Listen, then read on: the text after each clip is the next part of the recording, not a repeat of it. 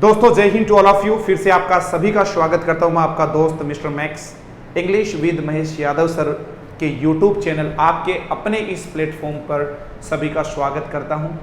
हाल ही में अपन लोगों ने टीचिंग मेथड शुरू किए हैं। स्पेशली ये जो क्लास है वो रीड के बच्चों को समर्पित है, ठीक है। रीड के साथ साथ आप सी टेट का भी यदि कोई प्रिपरेशन कर रहा है और वहां पर यदि कम्युनिकेटिव अप्रोच नाम का टॉपिक है तो आप लोगों के लिए काफी फ्रूटफुल और इंपॉर्टेंट हो सकती है। मित्रों, आप लोग जैसा देख पा रहे हैं कि कम्युनिकेटिव अप्रोच चल रहा है, संवाद या संचार प्रणाली चल रहा है। Part 4 is going on. अभी तक 3 parts have been completed. 3 part हमने कंप्लीट कर लिए मित्रों। तीनों की तीनों जो पार्ट्स थे उनमें मैंने पूरा बेसिक टीच करवाया। मुझे कोई इतनी जरूरत भी नहीं थी कि बेसिक इतना डिटेल में चले, लेकिन जब पढ़ ही रहे हैं तो डिटेल में पढ़ लेते हैं। अभी अपने पास लॉकडाउन में टाइम है काफी अच्छा खासा, एक भी क्वेश्चन हमारा इनकरेक्ट नहीं होना चाहिए, ठीक है दोस्तों। Are you getting me? I say got it. So shall we start? शुरू करें अपन, यदि आप लोग तैयार हैं तो। देखिए दोस्तों, आज की क्लास में अपन लोग पढ़ने वाले हैं मेजर प्रोपोनेंट्स।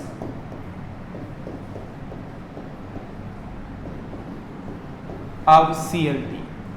दोस्तों, कम्युनिकेटिव लैंग्वेज टीचिंग के कौन कौन समर्थक हैं, कौन कौन से इसके एडवोकेट्स हैं, किस किस ने इसका समर्थन किया है, आज एक तो अपन ये पढ़ने वाले हैं और दूसरा आज ही की क्लास में आप लोग देखने वाले हैं कि आज ही की क्लास में आप लोग पढ़ेंगे प्रिंसिपल्स ऑफ CLT कि CLT के कौन कौन से सिद्धांत हैं, ठीक है। तो जो आप जिसको टफेस्ट पार्ट मान रहे थे वो आपका कंप्लीट हो चुका है, जिसको अपने बेसिक का नाम दिया है।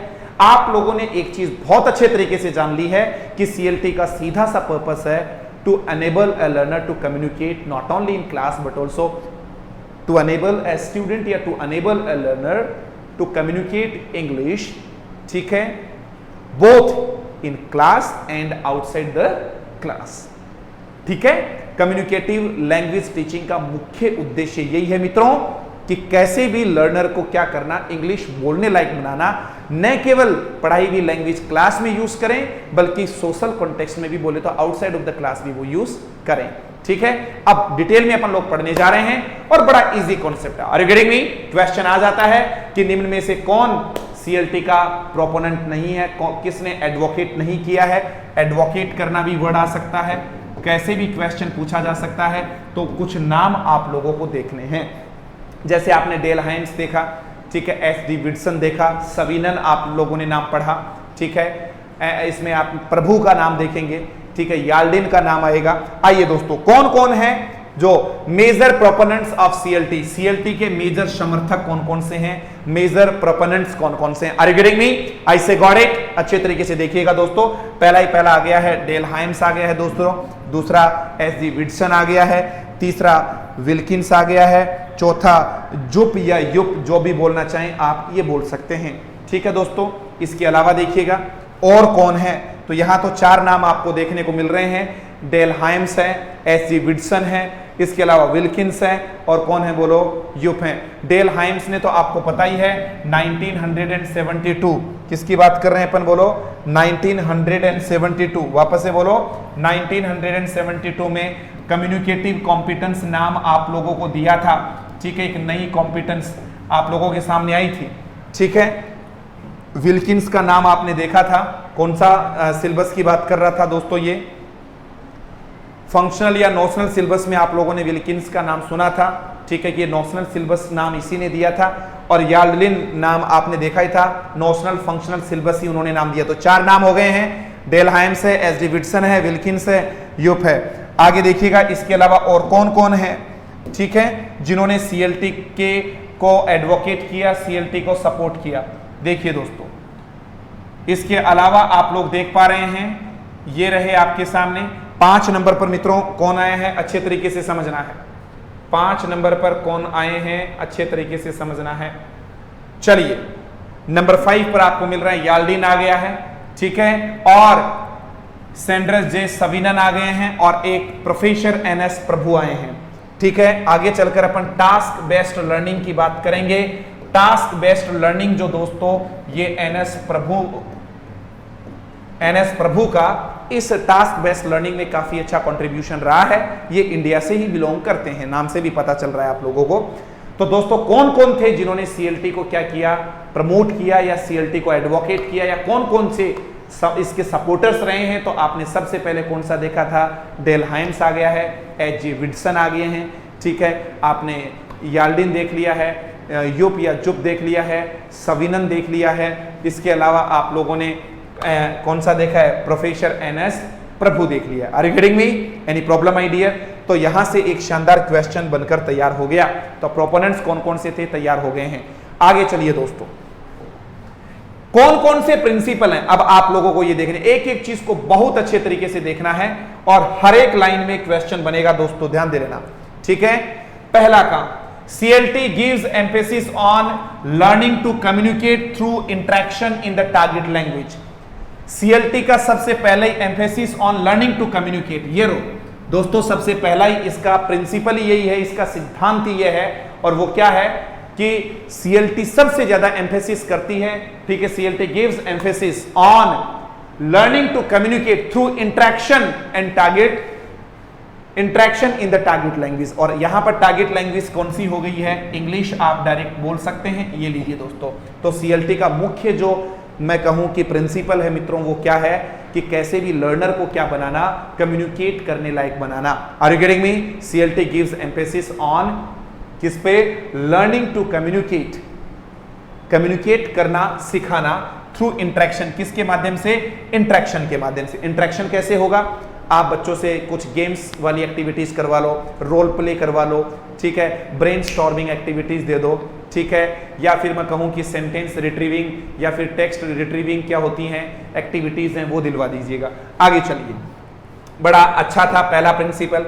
CLT is an attempt to link classroom language learning with language activities outside the classroom. ध्यान देना दोस्तों, CLT क्या करती है, क्लासरूम लर्निंग को आउटसाइड द क्लासरूम वाली लर्निंग जो होती है उनके साथ कनेक्ट करती है मित्रों, जोड़ती है। आपको भी पता है, और वो क्या है जरा गौर से सुनिएगा। CLT क्या कहती है, ये यूजर को या लर्नर को इस प्रकार से बनाती है कि जो हम सिखा रहे हैं, इससे पहले ALM वाले थे, ऑडियो लिंग्विल मेथड वाले, वो स्टूडेंट को क्या रटवाते थे, स्ट्रक्चर्स रटवाते थे। तो स्टूडेंट क्लास के अंदर तो क्या कर लेते, स्ट्रक्चर्स को यूज कर लेते थे, लेकिन आउटसाइड ऑफ द क्लास वो स्ट्रक्चर्स को यूज नहीं कर पाते थे दोस्तों। Are you getting me? I say got it? तो वो सबसे बड़ी समस्या यहां पर इनको देखने को मिली, ठीक है दोस्तों, अच्छे तरीके से। तो CLT वाले कह रहे हैं कि क्लासरूम लर्निंग को आउटसाइड वाली जो एक्टिविटीज है उनके साथ कैसे लिंक किया जाए, ये CLT का एक प्रिंसिपल था। तो पहला प्रिंसिपल तो क्या हो गया, CLT किस पर एम्फेसाइज करती है मित्रों, कम्युनिकेट करने पर एम्फेसाइज करती है कि कैसे भी स्टूडेंट क्या करे, कम्युनिकेट करे, ठीक है, through interaction in the target language, target language में इंट्रैक्शन के माध्यम से। दूसरी चीज आप लोगों ने क्या देख ली दोस्तों, दूसरा आपने देखा कि CLT का एक और एम्फेसिस होता है कि क्लासरूम लर्निंग को रियल लाइफ की जो या डे टू डे लाइफ वाली चीजें उनके साथ क्या किया जाए, लिंक किया जाए। ये भी CLT का एक प्रयास है। आगे चलिए, CLT एडवोकेट, CLT किसका समर्थन करती है या क्या कहती है, that classroom teaching must be interactive और communicative among the students. Classroom जो टीचिंग है मित्रों वो क्या कैसी होनी चाहिए, कम्युनिकेटिव होनी चाहिए, ठीक है, और इंटरेक्टिव भी होनी चाहिए अमंग द स्टूडेंट्स। और आपको भी पता है किसी भी चीज को इंटरेक्टिव और कम्युनिकेटिव बनाने के लिए हमारे को अलग अलग प्रकार की एक्टिविटीज काम में लेनी पड़ेंगी। आगे चलिए, फॉर दिस इंटरेक्शन, इस इंटरेक्शन के लिए the teacher should provide different task और एक्टिविटीज।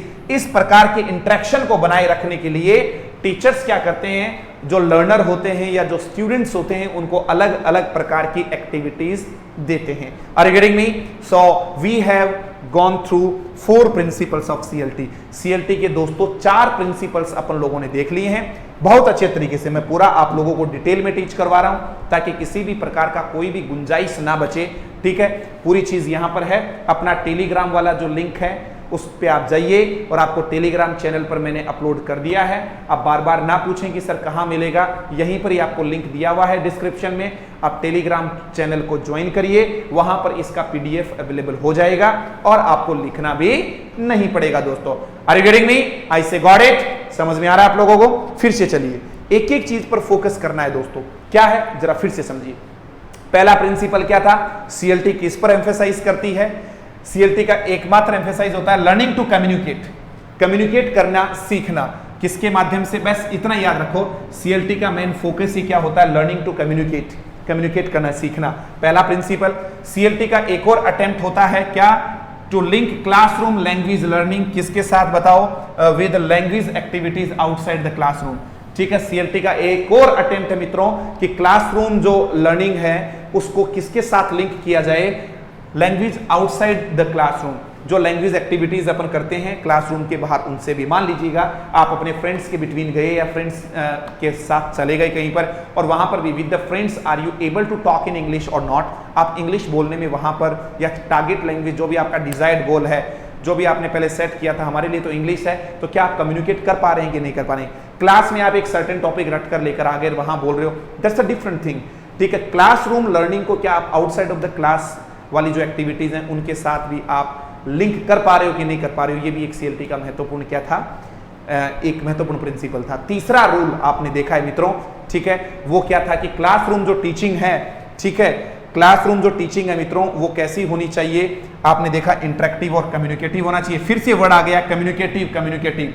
और कम्युनिकेटिव बनाने के लिए हमें स्टूडेंट्स को क्या प्रोवाइड करना पड़ेगा? डिफरेंट टास्क और एक्टिविटीज देनी पड़ेंगी। बताओ जरा, आपको भी पता है क्लासरूम कब इंटरेक्टिव होगा? मान लीजिएगा मैं क्विज रखूं कोई, कि देखते हैं, अब जैसे टॉपिक कंप्लीट होगा तो उसके बाद में मैं क्वेश्चंस रखूंगा, तो क्वेश्चंस से आप लोग क्या होंगे? इंटरेक्ट होंगे। क्लासरूम थोड़ी सी क्या होगी? और ज्यादा इंटरेस्टिंग होगा। Are you getting me? इस प्रकार से हम बार बार अच्छे तरीके से, एक एनर्जेटिक तरीके से, एक नए मेथड से आपको टीच करवा रहे हैं, तो क्लास आपको कैसी लग रही है? इंटरेस्टिंग लग रही है। आपको लग रहा है कि yes we are getting something new. इस प्रकार से दोस्तों हमने 4 प्रिंसिपल इसके देख लिए हैं। चलिए आगे बढ़ते हैं प्रिंसिपल नंबर 5 की ओर। क्या कहता है जरा उसको भी समझिए। ठीक है, आगे चलो दोस्तों। आपने एक और प्रिंसिपल देख लिया। In CLT classroom the student are divided in different groups. आपको भी पता है कि सीएलटी में स्टूडेंट्स को हम किस में डिवाइड कर देते हैं? ग्रुप्स में डिवाइड कर देते हैं।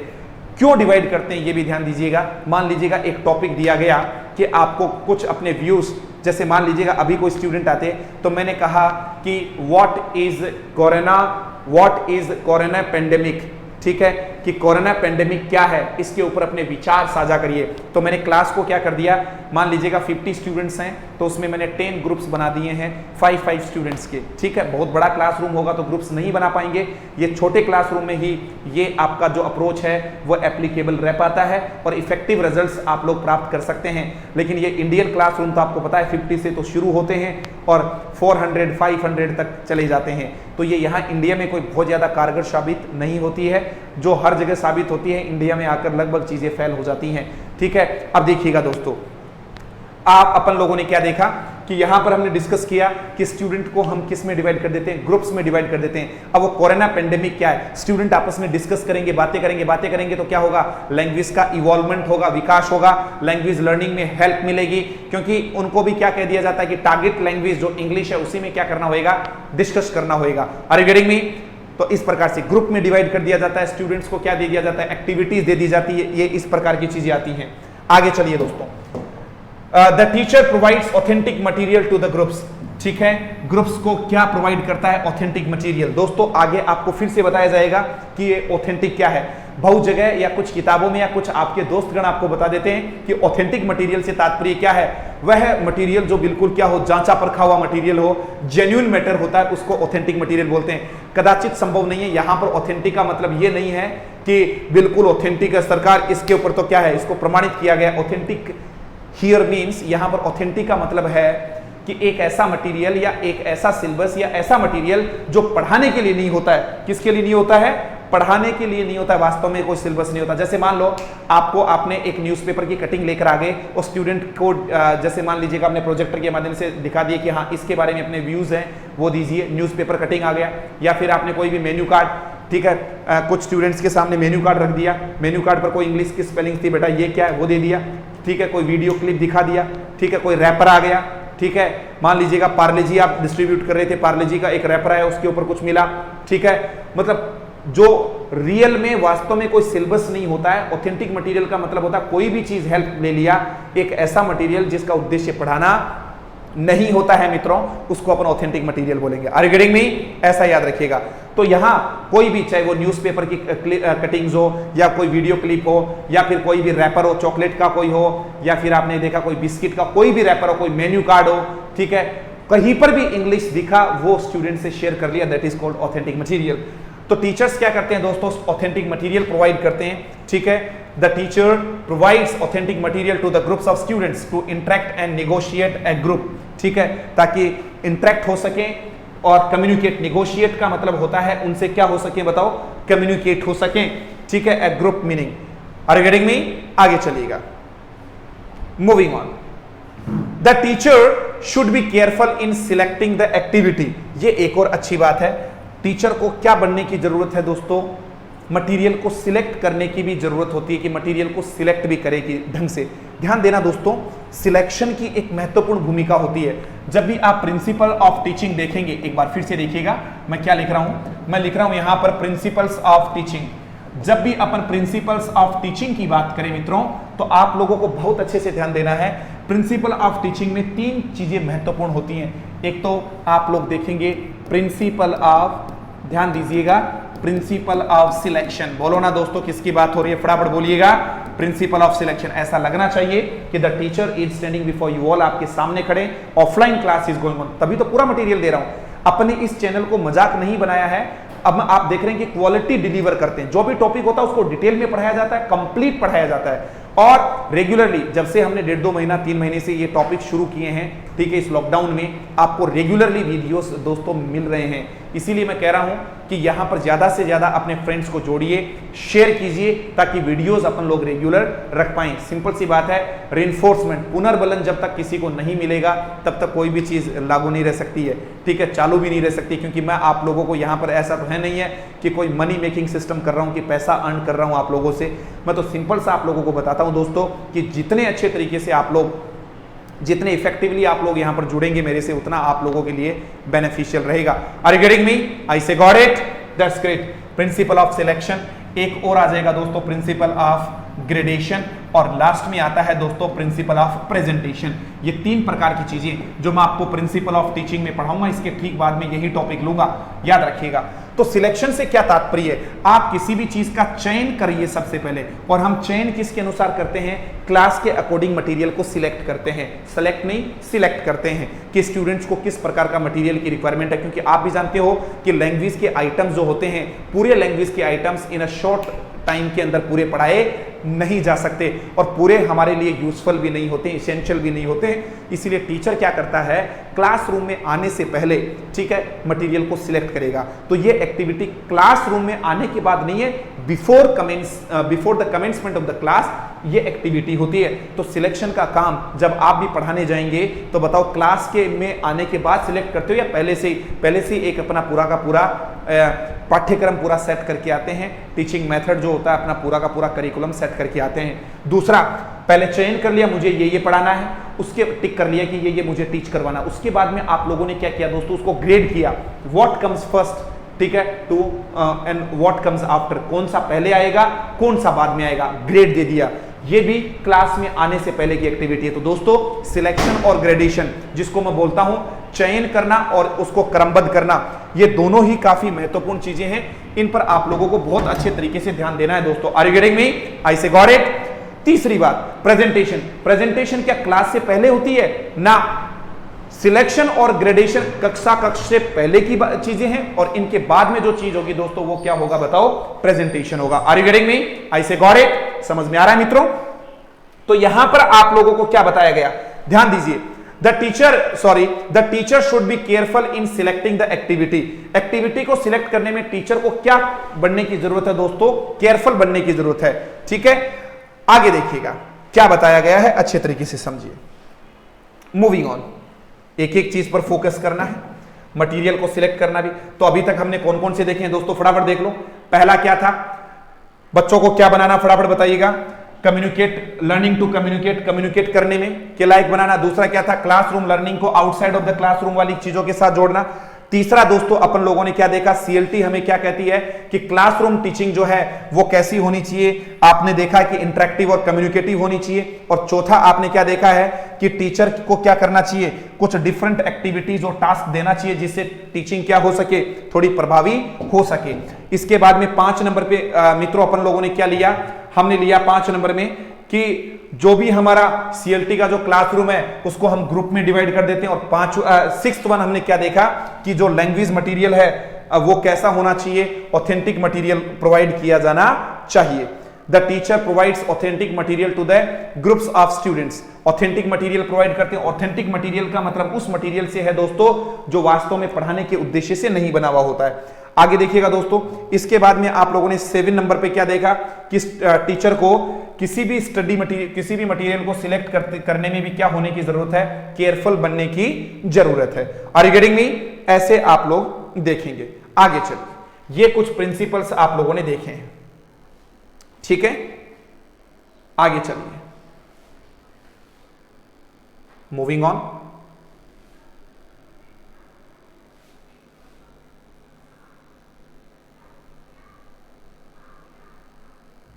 अब हम बात कर रहे हैं दोस्तों morose 3 principles of communication. Communication के मोरो ने कितने प्रिंसिपल दिए हैं? 3 प्रिंसिपल दिए हैं। इन पर ध्यान देना, एग्जाम के पॉइंट ऑफ व्यू से काफी ज्यादा महत्वपूर्ण है, आप लोगों को ध्यान देना है दोस्तों। क्या है, अच्छे से समझ लीजिए। इन्होंने क्या बोला कि आप कोई भी टास्क या कोई भी एक्टिविटी दो तो 3 चीजें होनी चाहिए। अच्छा क्वेश्चन बनता है, सबसे पहले उसमें क्या होना चाहिए? इंफॉर्मेशन गैप होना चाहिए।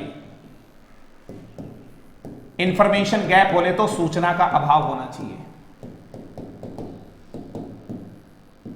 पहला काम करना है दोस्त मर्रो के अनुसार। दूसरा आपने क्या देखा, चॉइस भी होना चाहिए। एक बात को प्रेजेंट करने के अलग अलग विकल्प भी स्टूडेंट्स के पास होने चाहिए। और तीसरा चीज उन्होंने क्या बताया कि क्या होनी चाहिए, बताओ, फीडबैक भी होना चाहिए। Are you getting me? ये 3 चीजें एग्जाम में आ सकता है कि मर्रो के अनुसार जो प्रिंसिपल्स थे उसमें कौन सा इंक्लूड नहीं था। तो आप लोगों को अच्छे तरीके से देखना, एक एक चीज पर ध्यान देना है। सबसे पहला तो आप लोगों ने क्या देखा है, इंफॉर्मेशन देखा है दोस्तों। इंफॉर्मेशन के बाद इंफॉर्मेशन गैप होना चाहिए, सूचना का अभाव होना चाहिए।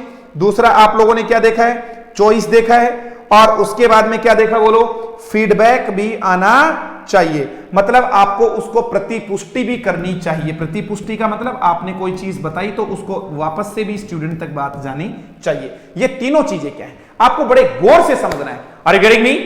समझ में आ रहा है आप लोगों को? तीनों को समझिए दोस्तों। इंफॉर्मेशन गैप क्या है, मान लीजिएगा मैं स्टूडेंट्स को ग्रुप में डिवाइड कर चुका हूं सीएलटी में।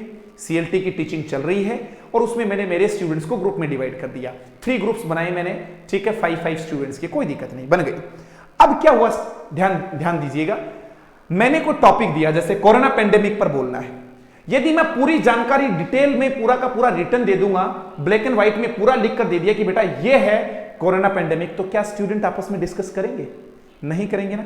हम किसी से कब डिस्कस करते हैं, जब हमें सूचना का अभाव, यार ये क्या होगा, यार ये कैसे होता होगा, ठीक है, ये तो मुझे, यार ये मशीन कैसे स्टार्ट होती होगी, मतलब अभी आपको उसमें इसके बारे में इंफॉर्मेशन नहीं है, अभी आपके पास क्या है, इंफॉर्मेशन गैप है, सूचना का अभाव है। तो सूचना का अभाव यदि होगा ना दोस्तों, तो सबसे बड़ी बात होगी कि student they will start communicating, वो बोलना क्या करेंगे, शुरू करेंगे। दूसरी बात, चॉइस भी होनी चाहिए। ये बड़ी महत्वपूर्ण चीज है। चॉइस का मतलब होता है विकल्प। विकल्प के तौर पे कैसे, मान लीजिएगा आपने किसी को कहा अपने बालों को कंघी कर लो, अपने बालों को कंघी कर लो, तो आपने तुरंत बोल दिया comb your hair, comb your hair, ये लीजिए। तो इसका मतलब ये नहीं है कि आप इसको रट लिया कि बालों को कंघी करने का एक ही तरीका है कि कॉम योर हेयर। दूसरा तरीका भी आपको यदि आता है तो बोल दो, हमें कोई एतराज नहीं है। चॉइस, स्टूडेंट को बिल्कुल फ्री छोड़ा जाता है कि अपने विचारों की अभिव्यक्ति अपने तरीके से कर दो, बट हमें तो मीनिंग है वो समझ में आ जाना चाहिए। कॉम योर हेयर, आप किसी को ये भी कह सकते हो डू योर हेयर, बोलो ना, क्या बोलेंगे, डू योर हेयर। ये रो दोस्तों, ये भी बिल्कुल सही है। कॉम योर हेयर बोल दिया, डू योर हेयर बोल दिया, ठीक है। आप ये भी कह सकते हो मेक योर हेयर, ठीक है, ये रहा दोस्तों, मेक योर हेयर। जो मर्जी है वैसे बोलो यार, ठीक है ना। अब तो स्टूडेंट बिल्कुल खुश हो रहा है, उसको डिफरेंट चॉइसेस में अपनी बात को, और पहले वाले क्या करते थे, फिक्स्ड स्ट्रक्चर टीच करवाया करते थे कि इसी स्ट्रक्चर के अकॉर्डिंग बेटा आपको क्या करनी है, लर्निंग करनी है, ठीक है। उनको रटवाया जाता था, क्रैमिंग होती थी, मगअप होता था, रोट मेमोरी होती थी। Are you getting me? I say got it? समझ में आ रहा है दोस्तों? तो तीन चीजें कौन कौन सी बताइए मैंने, तीनों को रटना नहीं है, समझना है। इंफॉर्मेशन गैप, सूचना का अभाव। बताओ, सूचना का अभाव होगा तभी तो कोई चीज आप पूछेंगे, किसी से जानकारी लेंगे, या जानकारी लेंगे तो बातचीत होगी, बातचीत होगी तो बच्चे में लैंग्वेज का डेवलपमेंट होगा। आगे आपने क्या देखा डेवलपमेंट के बाद में, चॉइस देखा, विकल्प, एक बात को अलग अलग तरीके से कैसे प्रेजेंट कर पाए, स्टूडेंट को बिल्कुल फ्री छोड़ रखा है। फीडबैक भी आना चाहिए। फीडबैक से यहां सिंपल सा मतलब है, जो भी चीज स्टूडेंट ने बोली है, टीचर ने बोली, उसका सामने से रिस्पॉन्स भी मिलना चाहिए। फीडबैक एवरीबॉडी नोस कि क्या होता है। किसी स्टूडेंट ने कुछ बोला तो आपको उसको फीडबैक देना चाहिए, या टीचर की भी जो भी इंस्ट्रक्शन मिला उसका भी कोई ना कोई क्या मिलना चाहिए, फीडबैक मिलना चाहिए। आइए, मर्रोस 3 प्रिंसिपल्स ऑफ कम्युनिकेशन। 3 प्रिंसिपल कौन कौन से हैं भाई मर्रो के? देखो जरा दोस्तों, इंफॉर्मेशन गैप, ठीक है। अगले ने क्या कहा, information gap between the sender and receiver. If the receiver already knows the information, there will be no communication. सही बात है, यदि रिसीवर को पहले से ही इंफॉर्मेशन का पता है तो फिर वहां पर कोई कम्युनिकेशन नहीं होगी। तो मर्रो ने कहा कि ये 3 प्रिंसिपल्स पता होने चाहिए, 3 प्रिंसिपल्स ऑफ कम्युनिकेशन। कौन कौन सी हैं दोस्तों? सबसे पहला इंफॉर्मेशन गैप, दूसरा choice, there should be multiple ways of expressing for one idea. ठीक है, क्या बोला आपने? There should be multiple ways of expression for one idea. एक आइडिया को आप एक्सप्रेस करने के लिए मल्टीपल वेज होनी चाहिए, तरीके आपके पास होने चाहिए। Are you getting me? आगे चलिए, ये भी मैं बता चुका। फीडबैक, द रिसीवर, जो रिसीवर होता है, should respond the sender. Sender को क्या करना चाहिए? रेस्पॉन्ड भी करना चाहिए। ठीक है, मैंने मान लीजिएगा कोई चीज आप सेंड किया, ठीक है, टीचर ने इंस्ट्रक्ट किया, तो स्टूडेंट से मुझे क्या मिलना चाहिए? फीडबैक भी मिलना चाहिए। तो दोस्तों 3 महत्वपूर्ण बात मर्रो के अनुसार थी। बड़ा इजी टॉपिक है, इससे आसान कोई टॉपिक नहीं हो सकता। आगे चलिए, आपको थोड़ा सा और आगे लेके चलता हूं दोस्तों। फिर आगे क्या बोला? इतना होने के बाद में प्रिंसिपल्स हो गए पूरे के पूरे। अब हम बात करेंगे techniques use in communicative approach. दोस्तों कौन कौन सी ऐसी टेक्निक्स हैं? ठीक है, ये रहा टेक्निक्स यूज्ड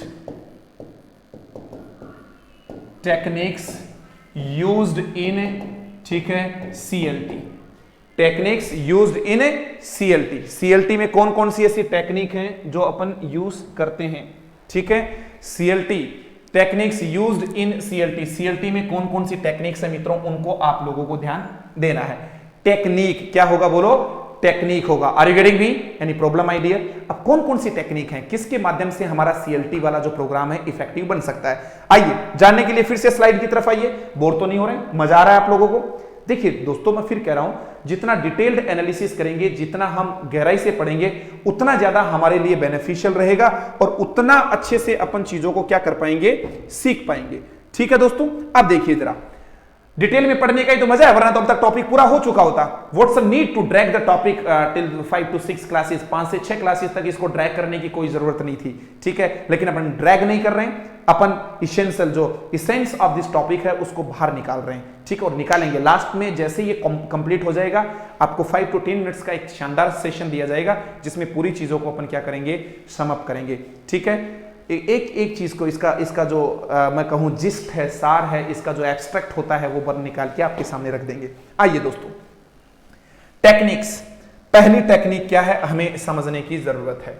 आइए दोस्तों, ये रही पहली टेक्निक, इसको समझिए। पहले टेक्निक का मतलब यहां पर हम किससे ले रहे हैं?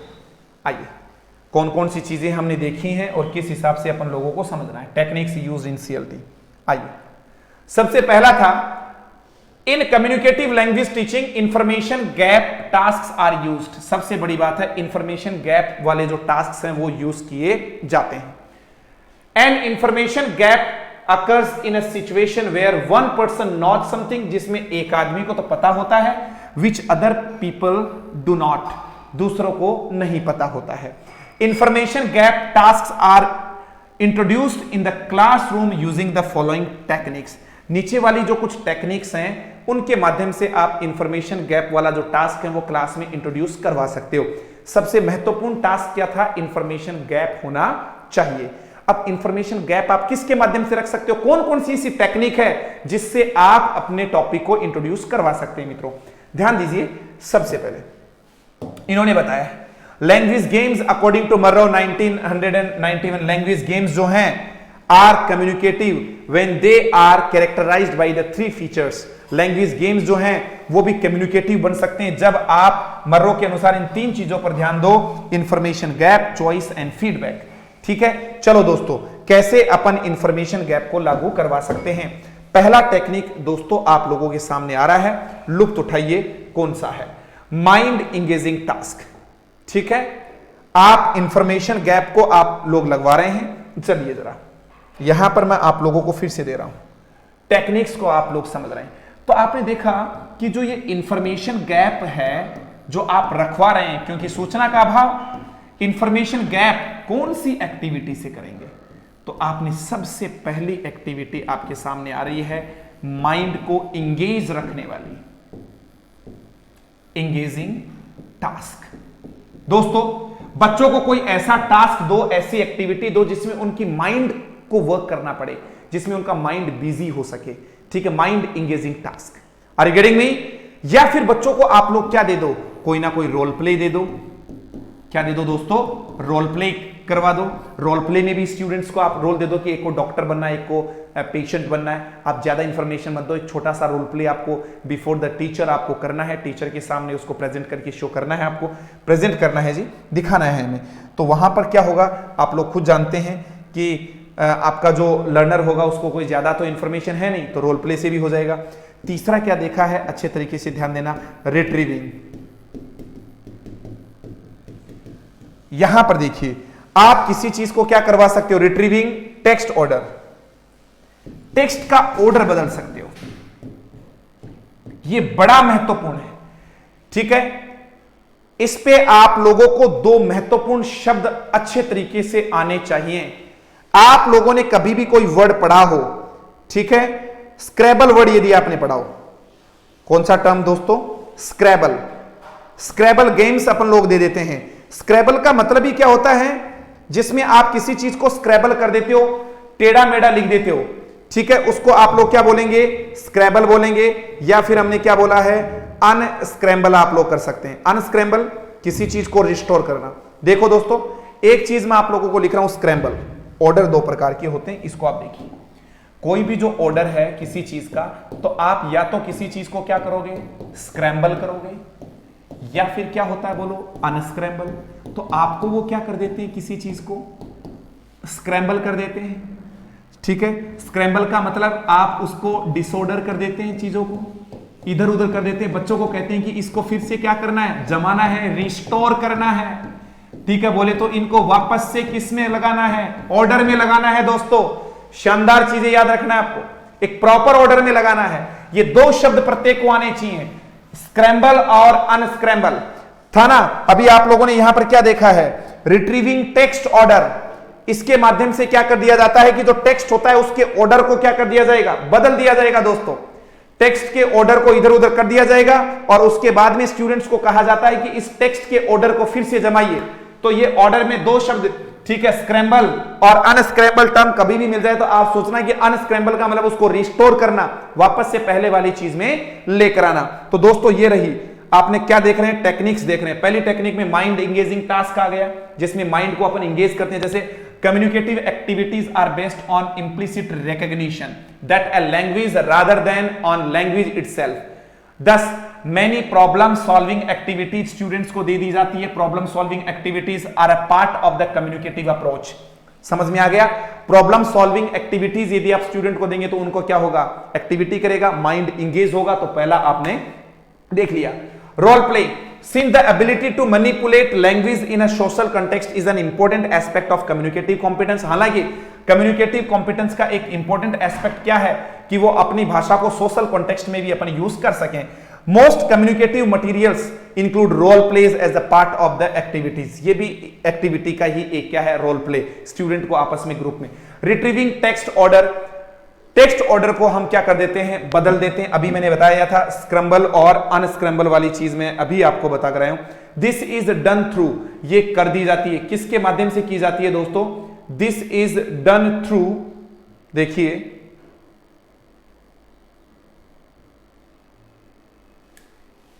Just a minute.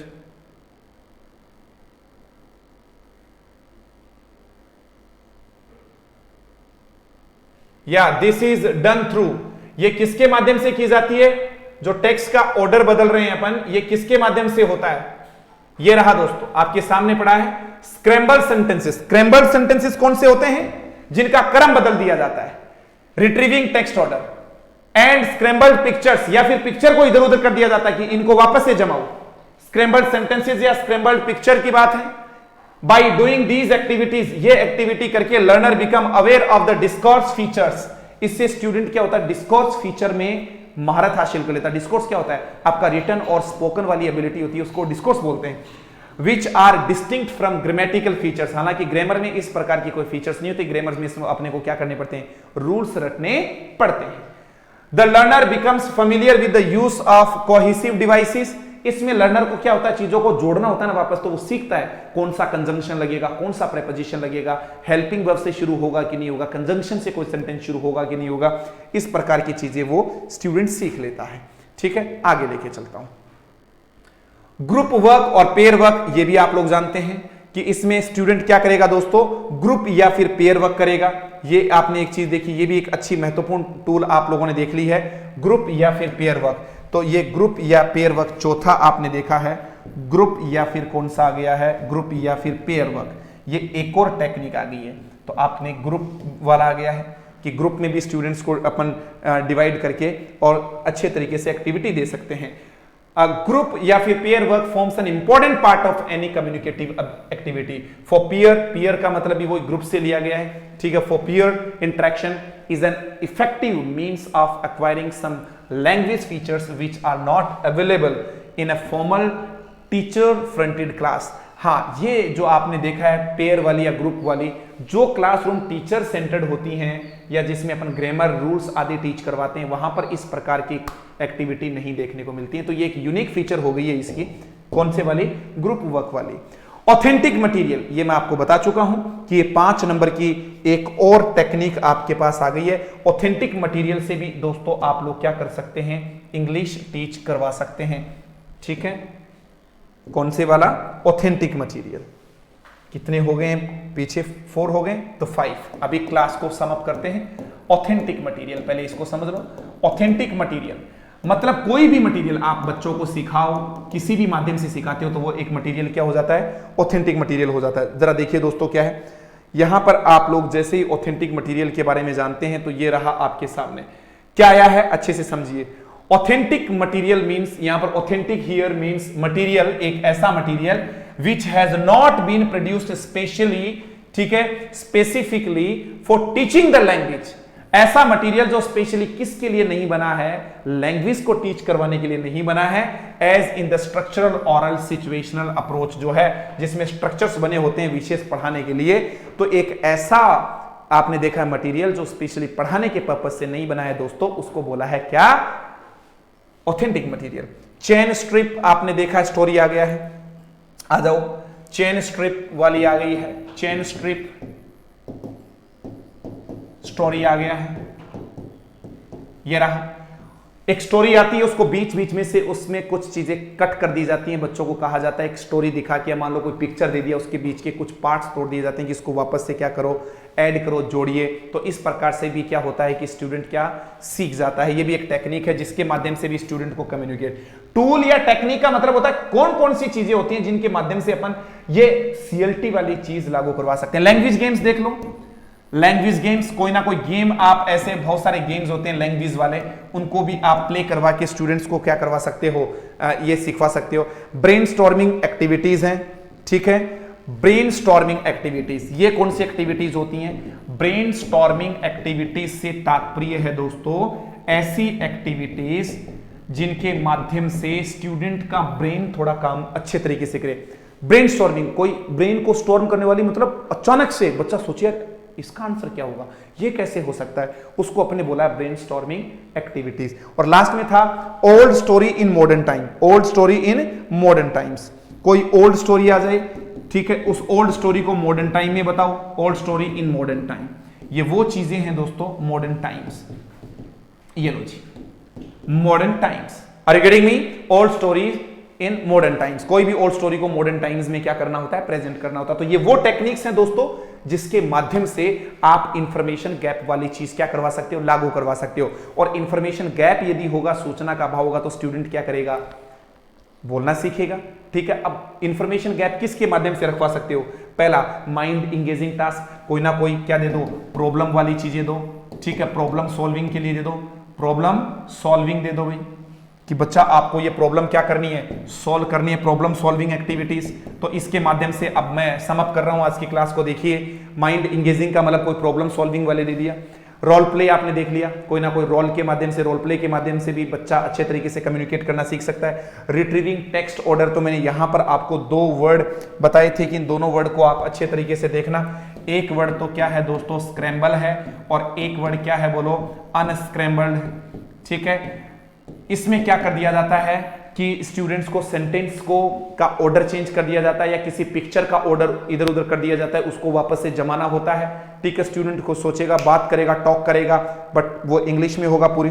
ठीक है, पहले से उसकी पूरी पिक्चर दिखा देंगे या सेंटेंस को सही कर देंगे तो फिर वो बात ही नहीं करेगा, एक्टिविटी नहीं करेगा। आगे चलिए दोस्तों, इसके अलावा आपने कौन सी चीज देखी, ठीक है, ग्रुप और पेयर वर्क। ग्रुप के अंदर आपने देखा है ग्रुप वर्क करेगा। ऑथेंटिक मटेरियल, आज आपने एक शानदार टर्म देखा, एक ऐसा मटेरियल, ठीक है, जो पढ़ाने का उसका फॉर्मली, ठीक है, आपने कहा है कि स्पेसिफिकली वो पढ़ाने के पर्पज से नहीं होता है। ठीक है, केवल लैंग्वेज को कम्युनिकेट करवाने के लिए होता है उसी को। अच्छा, इसमें आता है क्या, कोई भी मेन्यू कार्ड ले लो, न्यूज़पेपर की कटिंग ले लो, कोई भी रैपर ले लो, कोई वीडियो क्लिप ले लो, सब चीजें इसमें आ जाएंगी। चेन स्ट्रिप स्टोरी क्या होती है, स्टोरीज को बीच बीच में से आप क्या कर देंगे, कुछ चीजें उसकी हटा देंगे, स्टूडेंट से उसमें फिर से उसको यूज करने के लिए बोलेंगे कि बेटा इसको कंप्लीट करो। लैंग्वेज गेम्स खिलवा देंगे, बहुत सारे गेम्स होते हैं लैंग्वेज के। ब्रेनस्टॉर्मिंग एक्टिविटी दे देंगे। ठीक है, ऐसे ऐसे क्वेश्चन जिसमें ब्रेन अचानक से काम करे, ब्रेन को झटका सा लगने वाली activities. Old story in modern times, या ओल्ड स्टोरीज को आप मॉडर्न टाइम में कैसे यूज करें। तो आज की क्लास में हमने 3 महत्वपूर्ण चीजें सीखी हैं। पहली चीज आज हमने क्या सीख लिया दोस्तों, ऐसे करना है कि इसके मेजर प्रोपोनेंट्स कौन कौन से हैं। आज की क्लास में दोस्तों हमने प्रोपोनेंट्स पढ़े। आज की क्लास में हमने प्रिंसिपल पढ़ लिए हैं कि इसके प्रिंसिपल्स कौन से हैं। और दोस्तों आज की क्लास में हमने टेक्निक्स पढ़ ली हैं कि कौन कौन सी टेक्निक्स जो हैं वो सीएलटी में काम आने वाली है दोस्तों। Are you getting me? ये 3 चीजें आपको बहुत अच्छे से आनी चाहिए। प्रोपोनेंट्स कौन कौन से थे बताओ जरा, बता दीजिए प्रोपोनेंट्स कौन कौन से हैं। तो आप बोलेंगे प्रोपोनेंट्स में डेल हाइम्स हैं, एस.डी. विल्सन हैं, यूप हैं, याल्डिन हैं, ठीक है, सविनन है, ठीक है, एन.एस. प्रभु हैं, ये आ गए। प्रिंसिपल्स में बार बार कह रहा हूं कि बस कम्युनिकेट करो, क्लासरूम इफेक्टिव हो, इंटरेक्टिव हो। ठीक है, इसमें मटेरियल सिलेक्ट करो तो स्टूडेंट्स को क्या करो, ध्यान में रखते हुए मटेरियल को सिलेक्ट करो। ठीक है, एक्टिविटीज होनी चाहिए, दैट्स इट, ये कुछ चीजें थी। ठीक है दोस्तों, तो आज का क्लास आपको कैसा लगा जरूर बताइए। Do tell us. शानदार तरीके से आपको डिलीवर किया गया है। ज्यादा से ज्यादा अपने दोस्तों तक शेयर करें, और इसका पीडीएफ भी आप लोगों को अवेलेबल हो जाएगा। मैं बार बार आप लोगों को कह रहा हूं कि यहीं पर डिस्क्रिप्शन बॉक्स में क्या दिया हुआ है, हमारा लिंक दिया हुआ है टेलीग्राम चैनल का। आप उस पर जाइए, प्रेस करिए, ग्रुप को ज्वाइन करिए, और जो भी आपको अच्छी अच्छी चीजें ग्रुप में मिलती रहती है रिलेटेड टू स्टडी, आप उनका लुत्फ उठाइए। मैं आपका दोस्त मिस्टर मैक्स, इसी आशा में कि आप इसको ज्यादा से ज्यादा अपने फ्रेंड्स तक सर्कुलेट करेंगे ताकि मैं भी क्लासेस रेगुलर रख पाऊं। आपसे विदा लेता हूं। जय हिंद दोस्तों, बाय बाय।